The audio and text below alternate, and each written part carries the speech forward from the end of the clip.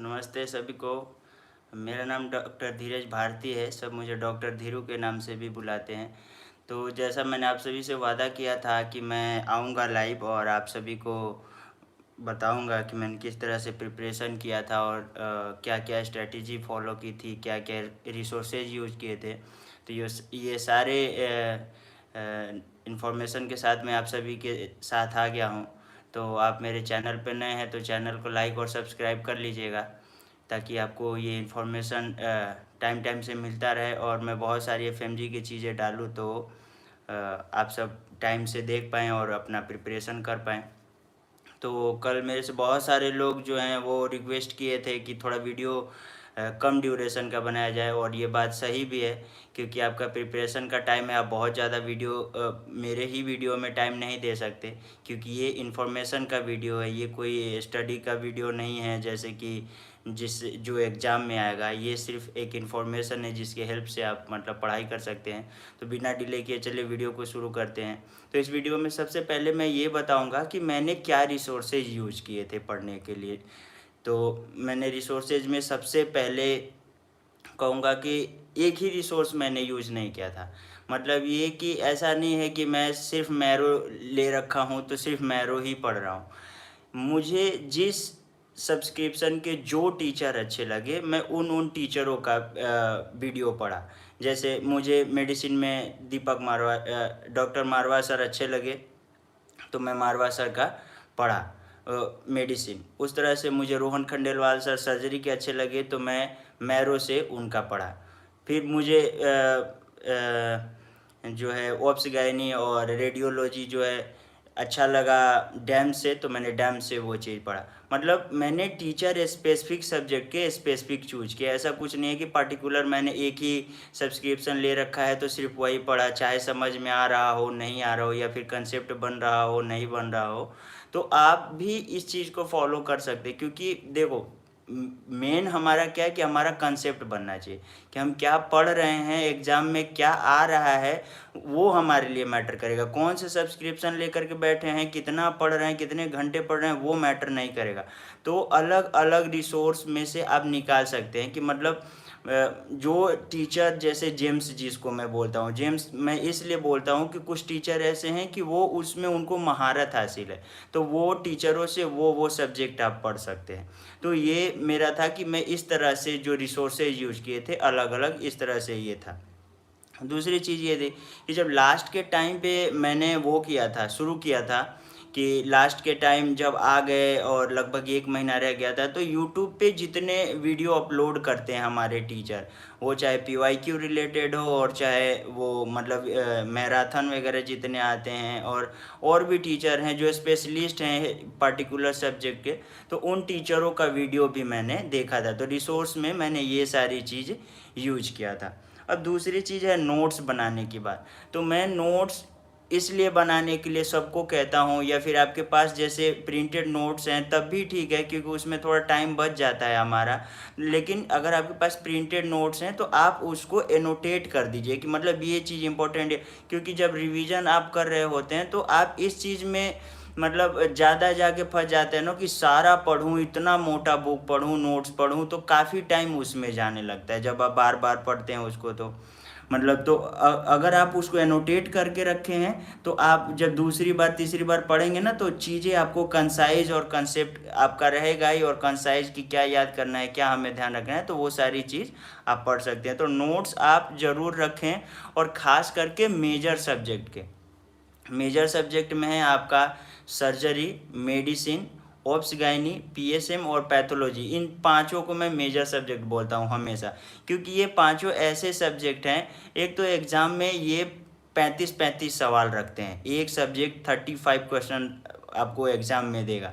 तो ये 35-35 अगर 5 इन सब्जेक्ट का देखेंगे आप, तो ये करीब करीब मतलब आधा, मतलब आपको पास भी कराने की ये क्षमता रखते हैं ये सब्जेक्ट सिर्फ। तो ये पांचों का आपके पास प्रॉपर नोट्स होना चाहिए, क्योंकि ये पांचों सारे सब्जेक्ट से रिलेटेड हैं। कि कोई भी आप अगर पीडियाट्रिक पढ़ रहे हैं तो उसमें भी अगर आपको डायग्नोसिस कोई निकालना हो तो आपका मेडिसिन यूज आएगा।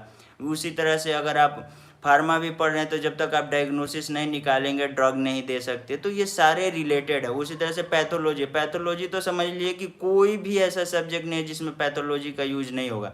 चाहे वो आपका आर्थोपेडिक हो, चाहे वो आपका ऑप्स गायनी हो, चाहे वो आपका सर्जरी हो, चाहे वो आपका कोई भी सब्जेक्ट ईएनटी ले लीजिए, किसी में भी आपको पैथो बहुत ही ज़्यादा यूजफुल है। तो ये पांचों सब्जेक्ट का आपके पास प्रॉपर नोट्स तो होना ही चाहिए। अगर आपको पास होना है तो ये तो होना ही चाहिए, ये हम सबके पास है, और मतलब आपके पास भी होना चाहिए। मैंने फॉलो किया था। फिर उसके बाद मेजर सब्जेक्ट की, जैसे मैंने आपको बता ही दिया कि ये 5 मेजर सब्जेक्ट हैं जो कि आपको मेन वीडियो देखना ही है। बहुत सारे लोग मेरे से ये भी बता रहे थे कि भाई अभी टाइम कम है, मेन वीडियो कैसे देख सकते हैं। तो एक बात ध्यान रखिए, 5 सब्जेक्ट का मेन वीडियो ज़रूर आपको देखना है। क्यों? क्योंकि ये 5 सब्जेक्ट में अगर आपका कंसेप्ट नहीं है तो चाहे आप माइनर सब्जेक्ट कितना भी पढ़ लीजिए, आपको पास नहीं हो पाएंगे। मैंने ये नोटिस किया, बहुत सारे लोग इसी वजह से फेल हुए हैं, क्योंकि वो मेजर 2-3 सब्जेक्ट पे उनका पकड़ ही नहीं। अगर आपका मेजर सब्जेक्ट पे पकड़ नहीं है तो आप माइनर सब्जेक्ट कितना भी कर लेंगे, पास होना मुश्किल हो जाएगा। क्योंकि माइनर सब्जेक्ट में टेढ़े मेढ़े सवाल पूछे जाते हैं। जैसे आप फॉरेंसिक मेडिसिन ही ले लीजिए, उसमें आपको कुछ ऐसा पूछ देगा, आईपीसी वगैरह, फिर आप कहाँ से मतलब वो सारी चीज़ें कर देंगे। पीएसएम ले लीजिए, पीएसएम में कुछ ऐसे वो अभी पूछ दिया था लास्ट जुलाई में कि वो कोई टॉयलेट बनाने वाला कोई फाउंडेशन है उसका नाम। अब ऐसे सवाल कुछ होते हैं जो कि मतलब आपको आएंगे नहीं। लेकिन जो आपके माइनर सब्जेक्ट है, माइनर सब्जेक्ट पे बस उतना ही फोकस रखिए कि रैपिड रिवीजन से वो कवर हो जाए। वो हो भी जाता है रैपिड रिवीजन। अगर आप किसी भी जैसे प्री प्लैडर का देख रहे हैं या मैरो का रिवीजन देख रहे हैं, या फिर और भी कोई भी आपके पास सब्सक्रिप्शन है जिसमें मैरो है, तो वो रैपिड रिवीजन से आप माइनर सब्जेक्ट को कर सकते हैं। तो आप उस तरह से माइनर सब्जेक्ट को कवर कर सकते हैं।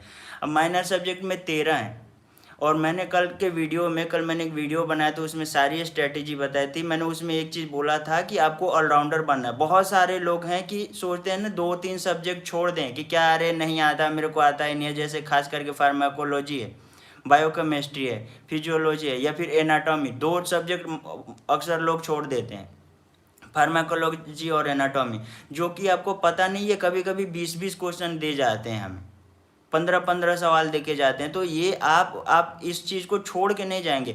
जितना ही आता है 50% ही पढ़ लीजिए, लेकिन पढ़ के जरूर जाइए। क्योंकि ये ऑलराउंडर बनना है इसलिए जरूर कि आप मेजर सब्जेक्ट पूरा करके गए हैं, लेकिन ये जरूरी नहीं कि सारे मेजर सब्जेक्ट के सवाल आप कर ही सकते हैं। जैसे मैंने पीछे आपको बोला कि पीएसएम में ऐसा सवाल आ गया कि वो फाउंडेशन का नाम बताइए, कभी किसी ने पढ़ाया ही नहीं था, पता नहीं कहाँ से वो सवाल आ गया। तो सारा सवाल आप मेजर सब्जेक्ट के भी नहीं सही कर सकते। तो इसीलिए माइनर सब्जेक्ट चाहे नहीं आता ना तो 50% ही कर लीजिए। या फिर कुछ ऐसे टॉपिक होते हैं माइनर सब्जेक्ट के जिससे सवाल आना ही आना होता है। वो मैं आगे वीडियो अगर थोड़ा कुछ दिन बाद मैं वैसा वीडियो बनाऊंगा, जैसे माइनर सब्जेक्ट में ये टॉपिक सबसे ज़्यादा इंपॉर्टेंट है, वो आप पढ़ लेंगे। तो मैंने देखा है पीवाईक्यू वगैरह में मतलब मोस्ट ऑफ द टाइम वो रिपीट होते रहते, तो वो सारी चीज़ें आपको हेल्प कर जाएंगी।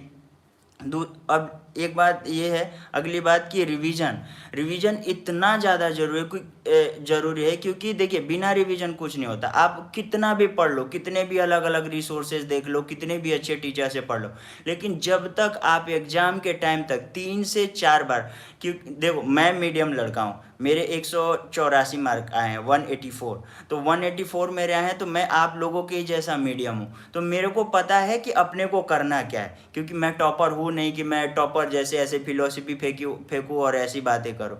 तो अपने को क्या करना है कि रिवीजन 3 से 4 बार जरूर रिवीजन कर लेना। अब रिवीजन में ऐसा नहीं होता है कि भाई एकदम आप डीप जाके पढ़ रहे हो। एक बार आपने पढ़ लिया, दूसरा रिवीजन किया, तीसरा में अब आप उसमें से ना काट के चीज़ें निकालो कि हाँ कंसेप्ट आपका तो बन गया है, अब क्या याद करना है, क्या मतलब उसमें तुम्हें खुद इम्पोर्टेंट लग रहा है, तुम वो चीज़ भी अपने मतलब दिमाग में रखो कि हाँ ये तो उसको अलग लिख लेना है कि भाई ये बहुत ही ज़्यादा इंपॉर्टेंट है, ये बार बार आ रहा है, ये पीवाईक्यू में बार बार आ रहा है। तो वो चीज़ों को आपको रिवीजन जब करेंगे ना तो आपको खुद ही आपको पता चलेगा कि हाँ भाई ये चीज़ बहुत इंपॉर्टेंट है, ये चीज़ बार बार आ रहा है, और आपको ना याद होता जाएगा। क्योंकि याद ही रखना सबसे ज़्यादा ज़रूरी है। कितना आप पढ़ रहे हैं, क्या कर रहे हैं, वो मैटर नहीं है, क्या आपने याद रखा है, क्या आपने समझा है, वो सबसे ज़्यादा इम्पोर्टेंट है। तो रिवीजन सबसे ज़्यादा ज़रूरी है, और ख़ास करके मेजर सब्जेक्ट के इतने ज़्यादा रिवीजन होने चाहिए कि आपको एकदम कॉन्फिडेंस होना चाहिए कि हाँ भाई मैंने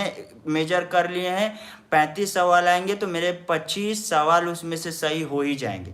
तब आप कहीं एक कॉन्फिडेंस में आएंगे और तब कहीं आप पास होने को उसमें आएंगे। क्योंकि देखिए मोस्ट ऑफ द लोग 140 और 150 के बीच में आके फंस जा रहे हैं, और उस अगर थोड़ा सा नीचे जाए तो 130 और 150 के जो बीच वाला है ना, वही तक सब आकर के फंस जाते हैं, और हमारा कमी वही रह जाता है। क्योंकि हम क्या सोचते हैं ना कि एक बार पढ़ लिया, एक बार रिवीजन कर लिया और बस एग्जाम में चले जाओ।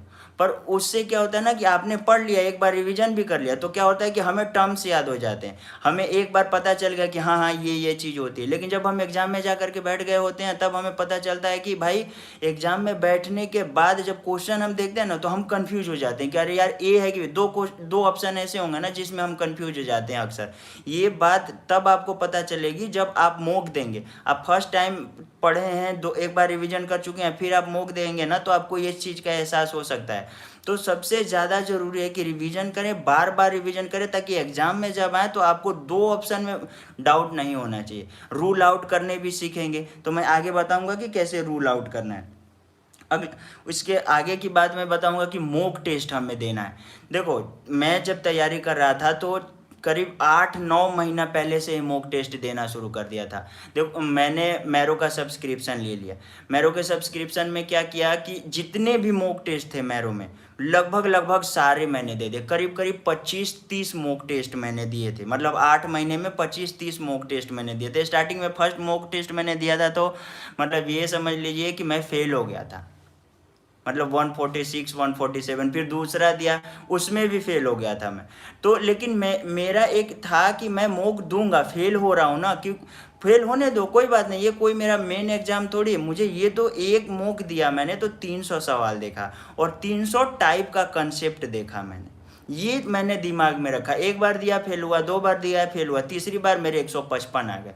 उससे फिर बढ़ने लगे मतलब फाइनली मैं जब 25वां मॉक तक पहुंच गया तो मेरे 250 मार्क्स आ चुके थे उस टाइम तक। लेकिन मैं जब फेल हुआ स्टार्टिंग के 1 2 3 ऐसे, तो मैं ना इतना अपने आप को वो नहीं किया कि यार मैं तो फेल हो रहा हूँ। मैं ये दिमाग में रख लिया कि हर बार मैं 300 क्वेश्चन कर रहा हूँ, 300 कंसेप्ट कर रहा हूँ, 300 अलग टाइप के क्वेश्चन मेरे को देखने को मिला है। बहुत सारे लोग हैं ना जो ये सोचते हैं कि यार अभी तो कंप्लीट ही नहीं किया। भाई एमबीबीएस पूरा कंप्लीट कभी किसी ने नहीं किया, पूरा किसी को एमबीबीएस नहीं आता। और हमारा तो एग्जाम ही है कि जो हमसे पूछता है कि भाई 150 नंबर ला दो तुम पास हो जाओगे। पूरा कंप्लीट करने की ज़रूरत नहीं है, जितना ज़रूरत है उतना ही करना है। मॉक सबसे ज़्यादा ज़रूरी है, और उतना ही ज़्यादा मॉक देकर उसके क्वेश्चन को रिवाइज करना है, मतलब रिव्यू करो। दोबारा मॉक दिया, आंसर आ गया, उसको रिव्यू करो, तब आपको पता चलेगा क्या आपने गलत किया, क्या इसके कंसेप्ट हैं और क्या उससे रिलेटेड टॉपिक है। तो एक मॉक के क्वेश्चन आपको 10 सवाल के लिए तैयार करते हैं। तो मॉक सबसे ज़्यादा ज़रूरी है, और उसका एनालिसिस करना। एनालिसिस क्या है, मैरो में एक सबसे अच्छी चीज़ क्या है, मैंने मैरो का सब्सक्रिप्शन में देखा था जब मॉक टेस्ट देता था, कि वो आपको एनालिसिस कराएगा कि कौन से सब्जेक्ट आपके सबसे वीक हैं, कौन से सब्जेक्ट आपके जो हैं ज़्यादा स्ट्रॉन्ग है, किस में आपको मेहनत करने की ज़रूरत है। तो ये सारी चीज़ें जो है ना एक एनालिसिस से मिलता है। तो वो मैरो में मेरे को बहुत अच्छा लगा ये चीज़, तो वो आप फॉलो कर सकते हैं। और उसके बाद जब एकदम लास्ट का समय आ गया है, कि जैसे मान लो कि एक 1.5 महीना रह गया है एग्ज़ाम का, वैसे अभी तो 4.5 महीना ही है, अगले दिसंबर के एंड तक एग्ज़ाम तो होगा, मैक्स टू मैक्स जनवरी में, तो 4 महीना लगभग या 3.5 महीना रख लो। तो जैसे आप एकदम नवंबर में पहुंच जाए, नवंबर के मिड में पहुंच जाए, तो पीवाईक्यू देख ले। पीवाईक्यू क्या है कि पीवाईक्यू ना एक आपको आइडिया देता है कि मतलब इस तरह के सवाल आते हैं। लेकिन इसमें ये चीज़ मैं सबसे ज़्यादा और सबको कहूँगा ना कि पीवाईक्यू को इस तरह से मत लें कि पीवाईक्यू इतना ही, जितना पीवाईक्यू इजी है या फिर इस तरह का पीवाईक्यू है तो सिर्फ ऐसा ही सवाल एग्जाम में आएगा। ये सबसे बड़ी गलती है, और मोस्ट ऑफ द लोग इस एग्ज़ाम में जो जुलाई वाला हुआ था वो इसी वजह से फेल हुए। PYQ most of the teacher आप लास्ट के टाइम में देखेंगे यही कहने लग जाते हैं सारे कोचिंग वाले कि पीवाईक्यू करो, रिलेटेड टॉपिक करो, पीवाईक्यू करो, रिलेटेड टॉपिक करो। पर ऐसा नहीं है, सिर्फ पीवाईक्यू और रिलेटेड टॉपिक आप कर लेंगे तो पास होना मुश्किल है। और लास्ट टाइम देखें जब दिसंबर में एग्ज़ाम हुआ था, दिसंबर जनवरी वाला 2022 वाला, उसमें बहुत सारे लोग पास हुए थे, मतलब 40% के करीब रिजल्ट था। लेकिन इस बार क्या हुआ, 10% रिजल्ट आ गया। क्यों? क्योंकि मोस्ट ऑफ द लोगों की यही स्ट्रेटेजी बन जाती है ना कि सिर्फ PYQ करो, उससे रिलेटेड टॉपिक करो लास्ट के 1 महीना में। और जो उन्होंने मेजर पढ़ा है, जैसे अभी आप पढ़ना शुरू कर रहे हैं, पढ़ रहे हैं सारी चीज़ें और वो सब आपके दिमाग में, और लास्ट में सिर्फ आप PYQ और रिलेटेड टॉपिक करने लगते हैं ना, तो जो पढ़ा है ना वो सारी चीज़ दिमाग से स्लिप कर जाती है। स्लिप करने का मतलब ये है कि आप एग्जाम में जाके कंफ्यूज हो जाते हैं, अरे यार ये तो पढ़ा था, अरे यार ये तो ऐसे था, पर मेरा गलत कैसे हो गया। तो मतलब ये सारी चीज़ें आपको ध्यान रखना है कि लास्ट में जाकर सिर्फ PYQ नहीं करना है। और इस चीज़ से बचने के लिए क्या है कि सबसे बेस्ट वे मैंने अपने लिए और मतलब सभी को सजेस्ट करूँगा एक चीज़, कि आप ना शॉर्ट नोट्स बना करके रखें। शॉर्ट नोट्स इतना आपको हेल्प करेगा कि लास्ट के 2-4 दिन तो ये जैसे रामबाण की तरह काम करता है।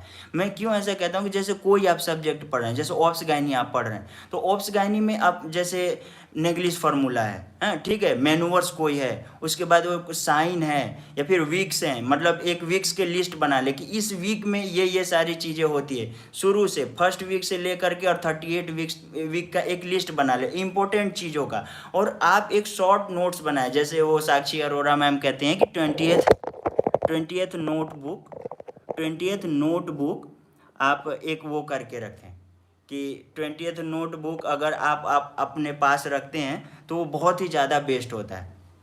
20th नोटबुक का मतलब ये होता है कि आप जैसे ऑप्स गायनी पढ़ रहे हैं तो ऑप्स गायनी के वो सारी इंपॉर्टेंट चीज़ें उसमें लिख रहे हैं, सर्जरी पढ़ रहे हैं तो सर्जरी को इंपॉर्टेंट चीज़ें उसमें लिख रहे हैं। मतलब जो सब्जेक्ट पढ़ रहे हैं ना, ये नहीं कि आप सिस्टमेटिक कि भाई अब 20 पेज में हम ऑप्स गायनी ही लिखेंगे, 20 पेज में, ऐसे नहीं। आप जब जो पढ़ रहे हैं तब वो चीज़ें लिखते जाइए, अगर आपको जो इंपॉर्टेंट लग रहा है कि हाँ ये तो बार बार आता है। जैसे मेडिसिन से आपको हो गया कि वो मेनिंजाइटिस वाला है, मेडिसिन से हो गया कि वो जो हार्ट साउंड है, मेडिसिन से जो मरमर वो आते हैं, मेडिसिन से मतलब जो GIT से IBD और वो सारी चीज़ें आते हैं। तो मतलब एक वो सारी चीज़ें आप ना लिखते जाइए, कंटिन्यू लिखते जाइए। एक मेरे पास खुद की मेरी एक कॉपी है, मैंने एक बनाया था, वो आपको पता है क्यों मैं कह रहा हूँ उसको रामबाण। वो कॉपी क्या करता है कि जब आप लास्ट के 4-5 या 2-3 दिन जब बचे होते हैं तो हम बहुत ही ज़्यादा स्ट्रेस में होते हैं, बहुत ही ज़्यादा टेंशन होते हैं और समझ में ही नहीं आता है कि पढ़े क्या। ऐसा क्या हो हमारे पास जो कि सारी चीज़ें हमें लगभग मतलब 5 घंटा 8 घंटा बैठ जाऊँ ना तो लगभग सारा 19 के 19 सब्जेक्ट हमें मतलब वो हमें रिवाइज करा जाए।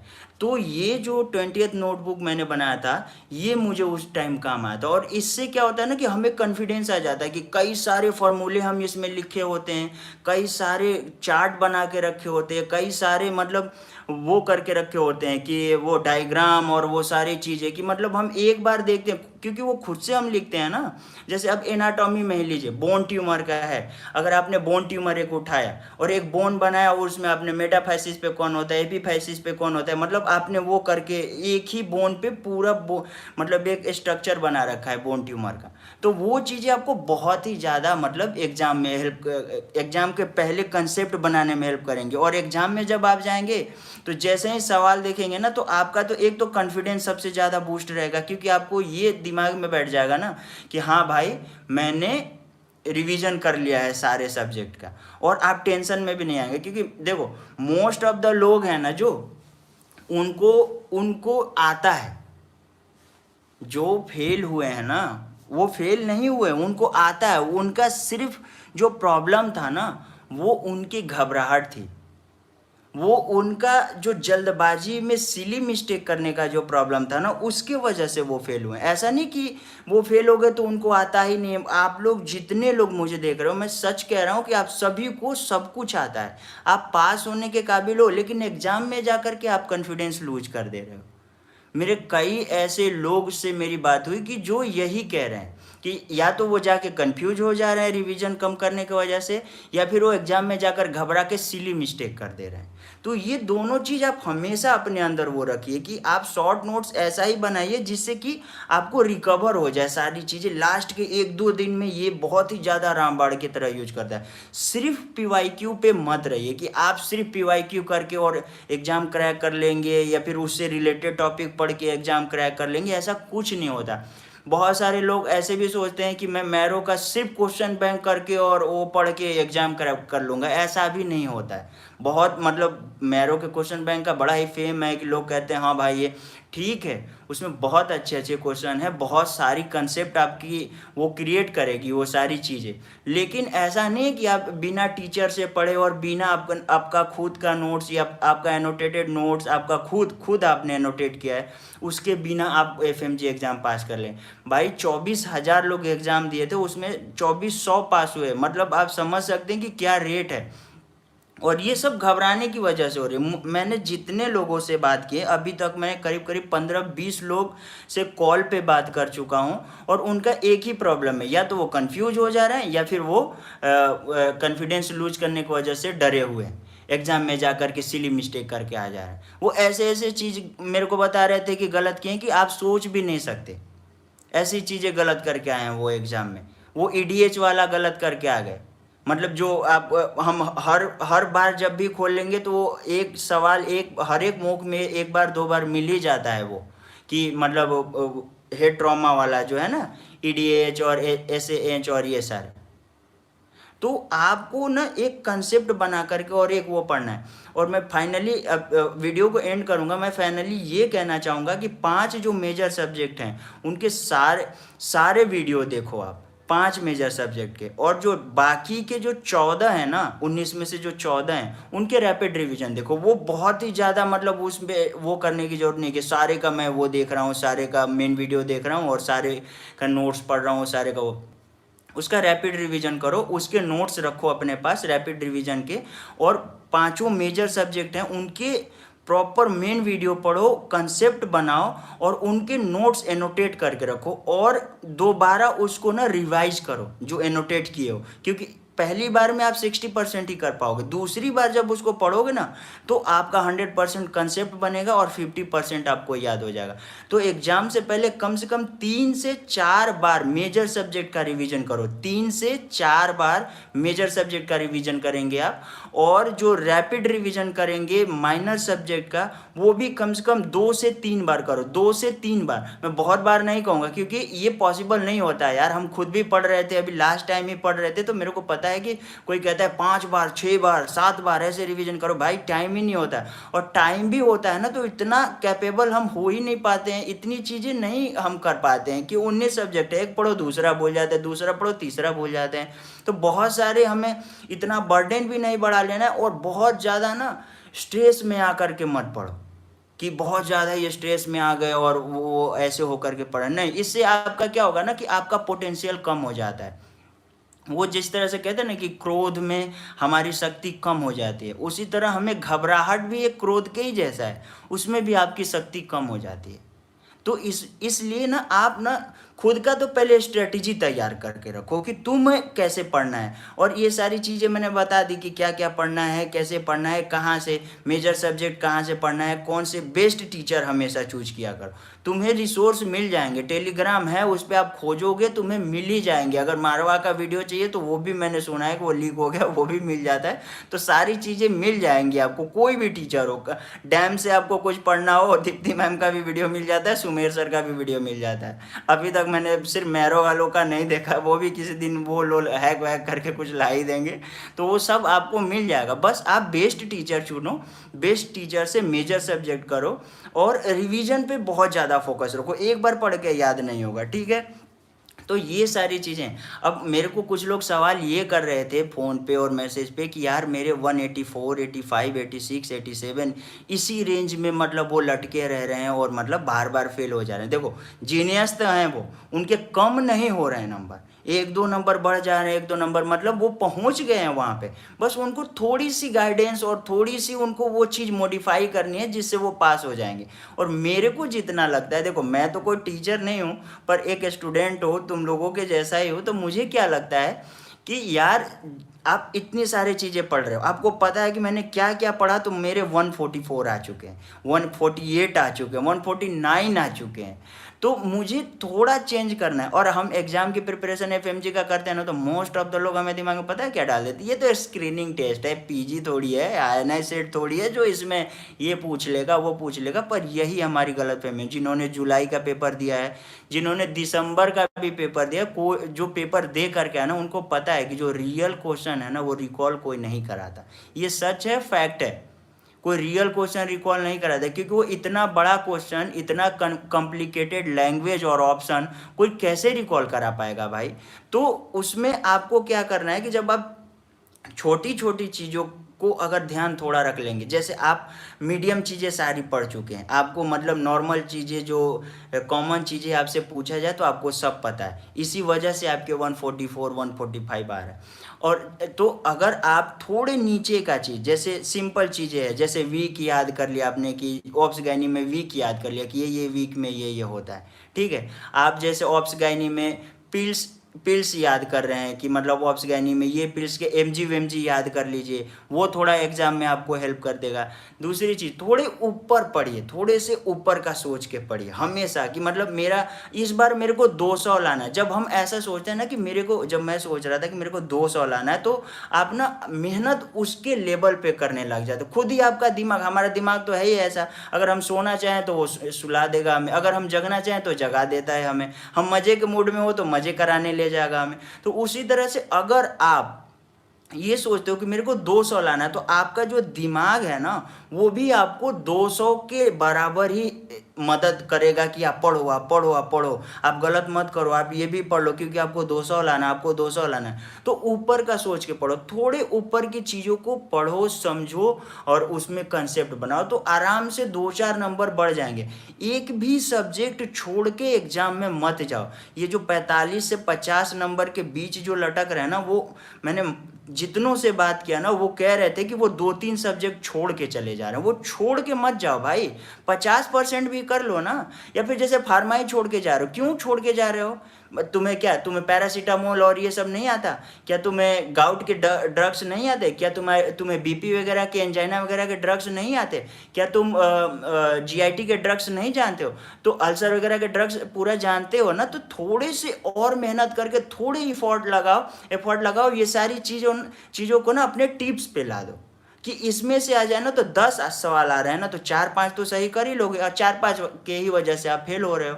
तो हमेशा इस बात का ध्यान रखें, आप सभी जो भी 140, 150, 130 के बीच में, 120 के बीच से 50 में लटके हुए हैं ना, वो यही चीज़ों को ध्यान रखें कि आप एक भी सब्जेक्ट नहीं छोड़ेंगे, थोड़ा ऊपर का पढ़ेंगे। जितना आप पढ़े थे वो सारा चीज़ पढ़ेंगे आप, जितने चीज़ें आप पढ़ के एग्जाम लास्ट टाइम देने गए जुलाई में, वो सारे चीज़ आप पढ़ेंगे। उसके अलावा आप ऊपर का कंसेप्ट बनाने की कोशिश करिए, थोड़ा ऊपर का जो कि एग्जाम में आ रहा है वो हम लोग गलत करके आ रहे हैं, और थोड़ा नीचे का इन द सेंस मतलब थोड़े फैक्चुअल चीज़ें ना आप याद कर लीजिए, तो ये चीज़ आपको नंबर बढ़ा देगा। मेरा विश्वास है कि ये चीज़, क्योंकि ये मैंने मॉक में देखा है कि मेरे जब मॉक में फेल होता था मैं, तो मैं इन चीज़ों को अप्लाई करता था कि कैसे मैं करूं तो मैं मॉक में 150 के पार और 200 नंबर ला सकूं। तो ये सारी चीज़ें मैं करता था कि थोड़ा फैक्ट पढ़ता था नीचे की चीज़ें, और थोड़ा ऊपर कंसेप्ट बनाने की कोशिश करता था। जैसे मैं देख लेता था एनालिसिस कि मेरा किस में कम हो रहा है, मेरा कौन सा सब्जेक्ट वीक हो रहा है, तो उस सब्जेक्ट में मैं थोड़ा फैक्ट, थोड़ा स्टैंडर्ड चीज़ें पढ़ के और अपने आप को बूस्ट कर लेता था कि हाँ ये चीज़ अब मेरे को आता है, हाँ मैं कर लूँगा। और जब ये कॉन्फिडेंस आप में आ जाता है कि हाँ मेरे को आता है, हाँ अब मैं कर लूँगा, तो फिर आप ना क्वेश्चन को भी उस ढंग से पढ़ते, जैसे टीचर के ढंग से कि अच्छा एक पेशेंट है 35 साल का है, उसको बुखार है, उसको मतलब कफ आ रहा है, उसको मतलब एब्डोमिनल पेन है, उसको ऐसे, तो आप ना की पॉइंट पढ़ते हैं। तो आप इस चीज़ को हमेशा ध्यान रखिए कि जब भी पढ़ते हैं तो जिनके 144 है वो तो थोड़े नीचे और ऊपर की चीज़ें पढ़ के जाएंगे। चलो चलें, यहाँ तक तो हो गया, सब कुछ हो गया, सब कुछ मैंने बता दिया जो भी मैंने किया था। मॉक जरूर दे, मिनी टेस्ट दे, रोज़ का 50 सवाल आज से ही रख लो कि रोज़ का 50 सवाल आप करोगे। रोज़ का 50 सवाल नहीं करोगे तो ये हो ही नहीं सकता कि मतलब आप क्रैक कर पाओ, क्योंकि पढ़ना अलग बात है और सवाल के तरीके और सवाल करना बहुत ही अलग बात होता है। होता है। तो दोनों चीज़ आप करो कि सवाल करो और मॉक हर 10 दिन पे आपको मॉक देना है और नीचे की थोड़ी चीज़ें पढ़ना है, थोड़े ऊपर के चीज़ पढ़ के जाओ, कंसेप्ट बना के जाओ और मेजर सब्जेक्ट करके जाओ, माइनर सब्जेक्ट का रैपिड रिवीजन करो। ये सारी चीज़ें आप फॉलो करो। अगर आपको कोई और रिलेटेड सवाल हो तो आप मुझे इसमें ये कमेंट में लिख सकते हैं या फिर मेरे इंस्टा पे मुझे फॉलो कर सकते हैं और मैं इंस्टा पे काफ़ी एक्टिव रहता हूँ, doctor Dhiru 1517, doctor Dhiru 1517, doctor Dhiru 1517। उस पर आप मुझे डीएम कर सकते हैं, मुझे फॉलो करके, मेरा पब्लिक अकाउंट है तो आप डायरेक्ट मुझे डीएम भी कर सकते हैं। अगर आप मुझे फॉलो करना नहीं चाहते हैं तो कोई बात नहीं। हमारा मेन लक्ष्य है कि हमें एफएमजी पास कर जाना है, क्योंकि भाई बहुत बड़ा दलदल है इसमें से निकलना सबसे ज़्यादा जरूरी है। और लास्ट में, सबसे लास्ट में मैं एक बात कहूँगा, शॉर्ट नोट्स बनाना वो बहुत ही ज़्यादा तुम्हें हेल्प करेगा। शॉर्ट नोट्स में ये तक भी लिखना ना कि कोई डिजीज़ है ना तो उसके की पॉइंट तुम लिख लो।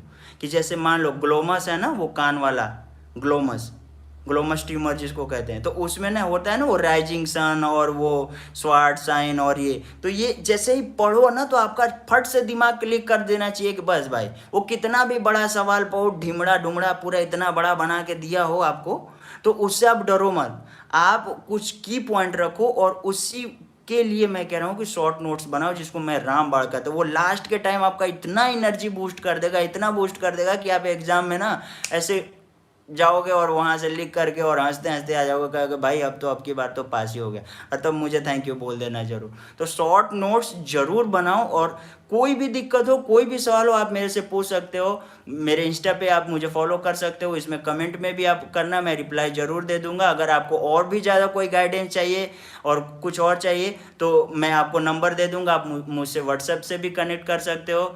और लास्ट में मैं एक बात और कहना चाहूँगा कि मैं अब ये वीडियो सोच रहा हूँ कि थोड़ा और कंटिन्यू लोगों को बनाऊँगा एफएमजी से के लिए गाइड करने के लिए। उसमें मैं ना वो अपने नोट्स के कुछ फ़ोटोज़ भी आपको वीडियो में डालूँगा और आपको जैसे जो है ना कि मेन टॉपिक जो है वो सारे टॉपिक मैं आपको बताऊंगा। तो मैं आगे भी वीडियो बनाता रहूँगा। इसके लिए आप चैनल को लाइक शेयर सब्सक्राइब करें और ये वीडियो अपने दोस्तों में भी भेजो, शायद उनको इससे कुछ हेल्प मिल जाए, जो वो गलतियां कर रहे हो वो गलतियां ना करें। अब कल मेरे दोस्त से ये भी बात है, एक दोस्त कहीं के थे, उन्होंने मुझे डीएम किया कि सर मेरे को आपसे कुछ गाइडेंस है। उन्होंने तो वो कह रहे थे कि जैसे एक बार मान लो जुलाई एफएमजी मैंने दिया, तो जुलाई एफएमजी में वो कोई और सब्सक्रिप्शन से वो लेकर के पढ़े, ठीक है, और अभी वाले में ना वो किसी और सब्सक्रिप्शन से पढ़ना चाहते हैं, उससे पीछे उन्होंने किसी और सब्सक्रिप्शन से पढ़ा था। तो भाई इस तरह से आप कैसे पास हो पाओगे? क्योंकि देखो है तो मेडिसिन एक ही, लेकिन टीचर के समझाने पढ़ाने के तरीके तो अलग अलग हैं। और हर बार अगर आप चेंज करते हैं तो ऐसा तो नहीं है ना कि 19 के 19 सब्जेक्ट भाई आप ये 4 महीने 5 महीने में पढ़ लोगे, ऐसा तो है नहीं। तो आप ना हर बार चेंज मत करो यार। फेल हो गए तो फेल नहीं हुए, कम नंबर आया, फेल नहीं हुए। फेल उसको बोलते हैं जो छोड़ देते हैं, तो फेल नहीं हुए, कम नंबर आया। तो आप क्या करो ना कि जो पढ़ लिया है मेजर सब्जेक्ट, अगर आपके पास नोट्स है तो अब दोबारा उसको बहुत पढ़ने की जरूरत नहीं, आप नोट्स पे पकड़ बनाओ, अपने नोट्स करो। एक ही मतलब टीचर को पकड़ो ना, सब्सक्रिप्शन क्यों पकड़ रहे हो यार? सब्सक्रिप्शन में कोई भी ऐसा सब्सक्रिप्शन नहीं है मेरे देखने से कि जिसमें सारे टीचर आपको एक्सपर्ट हो या फिर सारे टीचर का एक्सपर्ट हैं। चलो मैं कहता हूँ एक्सपर्ट हैं, मुझे एक्सपर्ट नहीं है ऐसा नहीं कहना चाहिए, मैं एक्सपर्ट हैं सारे टीचर, लेकिन सारे टीचर के बात आपको समझ आ जाए ये ज़रूरी नहीं है। तो हम बेस्ट अपने अनुसार टीचर खोज के और वो पढ़ो ना। सब्सक्रिप्शन नहीं पे मत भागो कि ये सब्सक्रिप्शन ले लूँ, वो ले लूँ, ऐसे कर लूँ, इससे आपका नुकसान ही होता रहेगा। क्योंकि देखो जो अपना पढ़ा रहा है वो तो उनका एक बिजनेस है और वो उनका आपको देने की कोशिश कर रहे हैं, पर ये नहीं कह रहे हैं वो कि मेरा ही पढ़ो, बार बार ये पढ़ के ये छोड़ के वो पढ़ो, वो छोड़ के वो पढ़ो। आप किससे वो कर रहे हो वो करो। तो बहुत लोगों का फेल होने का ये भी एक बड़ा वजह है कि वो मतलब इस तरह से मतलब चीज़ों को गलत वे से फॉलो कर रहे हैं और उनको प्रॉब्लम हो रहा है। तो आप ये सारी चीज़ें एक बार बहुत ही ध्यान से देखें, करें। और मैं अब विदा चाहूँगा क्योंकि ऑलरेडी ये 33-34 मिनट का हो गया है। बहुत सारे लोग मेरे को बोल रहे थे कि यार आप लंबा वीडियो बना दे रहे हो, इस टाइम पे हम इतना नहीं देख पाएंगे। तो अब 2 टाइम स्पीड से भी देख लो, वैसे भी मैं थोड़ा धीरे ही बोलता हूँ, तो वो आपको बराबर 2 टाइम पे भी देखेंगे तो बराबर आप देख पाएंगे। तो बहुत बहुत धन्यवाद आप लोगों का, और वीडियो को लाइक शेयर सब्सक्राइब कर लीजिएगा, दोस्तों में भेजिएगा। और मैं आगे और भी वीडियो ऐसा बनाऊंगा जो अब पढ़ाई से रिलेटेड होगा, क्योंकि अब मोटिवेशन ख़त्म, अब पढ़ाई चालू होगा। तो अब पढ़ाई करेंगे और सब लोग मिलेंगे। राम राम, जय हिंद, जय भारत, जय श्री राम।